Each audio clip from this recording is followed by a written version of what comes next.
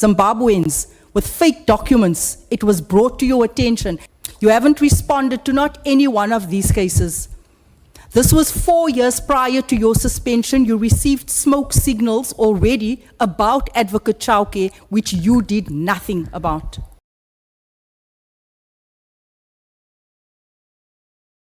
July 2025, just days after General Kwanaze's press conference, alleging that corrupt prosecutors were aiding criminal syndicates, drug syndicates in Gauteng, right?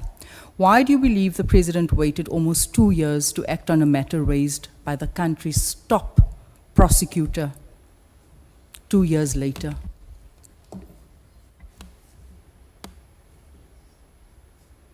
I want to say to the Honorable James that it was something that was out of the hands of the NPA, and as I indicated earlier, we certainly followed up to try to get the matter dealt with speedily.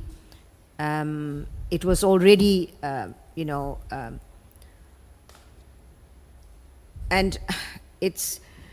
there was nothing further that we could do. I indicated earlier that I do know that the President, that there was a further legal opinion that was sought, which would have also delayed things somewhat.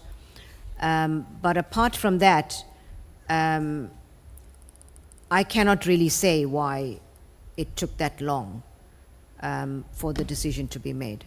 And during this time, what was Advocate Chauke doing? Was he continuing with his daily duties as usual, despite being connected to these cartels and to these persons?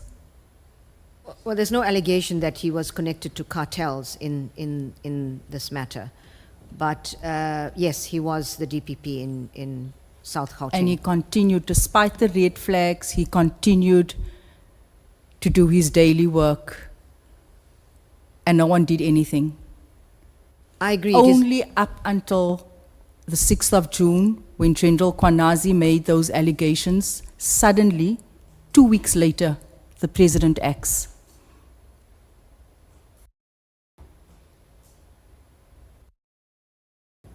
These are complicated processes. Definitely. And there are processes within the president's office, clearly. He needs to apply his mind to this, and one can understand why he might have wanted another legal opinion.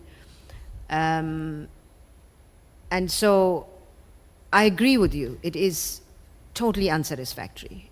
It is unsatisfactory and potentially unfair for the individual and for the institution. And I've said this publicly, and that is, it was really important that this matter be dealt with speedily for both the individual and the institution.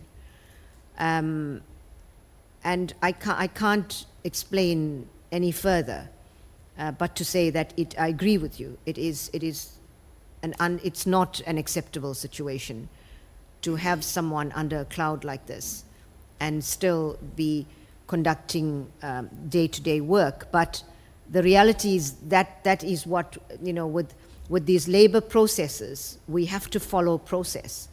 And it was what, and there's it's nothing more I could do. coincidental that the process, a decision was taken 2 weeks after General Kwanaze's allegations. I think I'm stuck there. I can't help you get unstuck, unfortunately, because I don't know clearly if it was linked at all. I can't comment on that. Okay.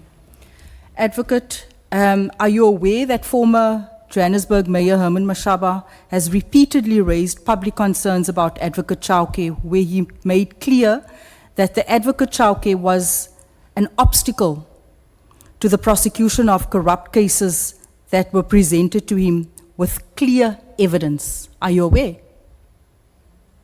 I'm aware he has made public announcements about this, but there's no case that he has presented to me where, if I heard you correctly, where, maybe you could repeat the last part of your question, please.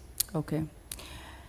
Are you aware that former Mayor Herman Mashaba has repeatedly raised public concerns about Advocate Chauke, where he made clear that the advocate was an obstacle to the prosecution of corrupt cases that were presented to him with clear evidence?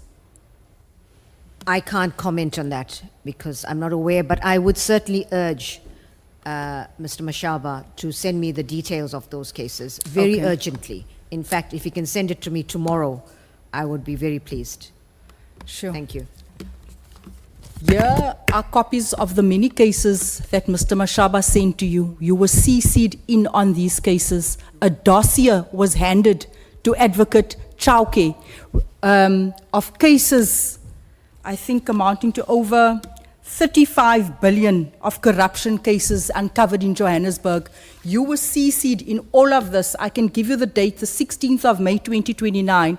You are now saying that you were not aware. I've just brought a few of them to this house to prove to you that you were CC'd in this case.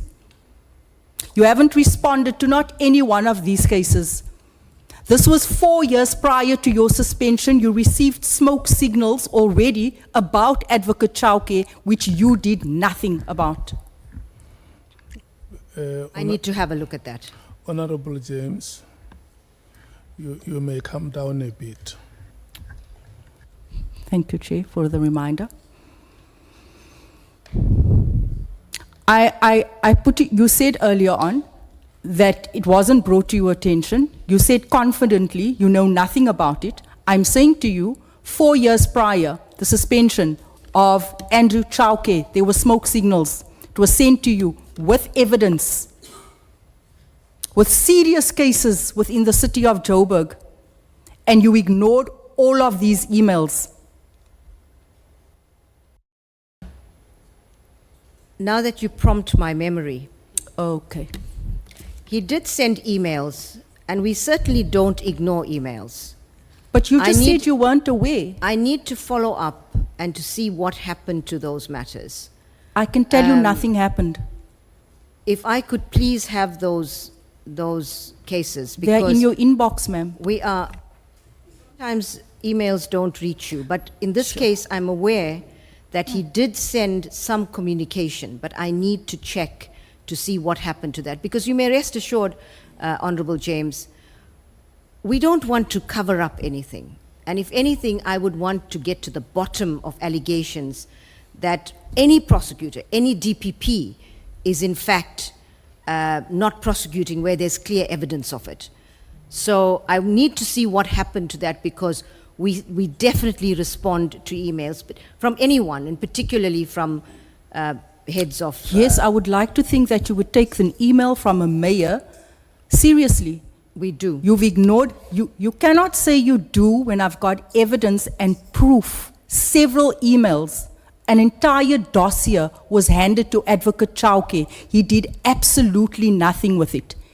It was highlighted to you that this person is corrupt. It was highlighted to you that this person is covering up for serious construction companies within the city of Joburg, Zimbabweans, with fake documents. It was brought to your attention, as well as Advocate Chauke, that is currently on suspension for over 2 years, that was allowed to continue covering up in the department. In fact, this has been going on for over 6 years, if you take into consideration when these red flags were highlighted to you.